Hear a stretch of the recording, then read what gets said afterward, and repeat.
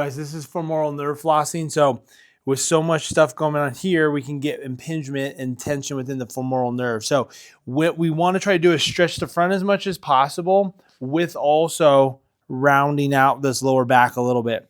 So you'll find that this feels very much like a hip flexor stretch. So what we're playing with in terms of flossing is then what our head positioning is doing, and if that head and foot, and whether that's changing that tension here. So if I get into this good hip flexor stretch, so I'm going to push my hip forward and I'm going to round out that lower back. And then what I'm going to do is play with this. So in this position, if I'm here and I simply round and I kind of like pull this down, I feel an intense pull right here in the front. So I know that to be more nerve-based because I'm not actually changing the structure of what's happening here. I'm simply just leaning forward, right? There's a little bit of like lower back flexion with that, but it feels different, right?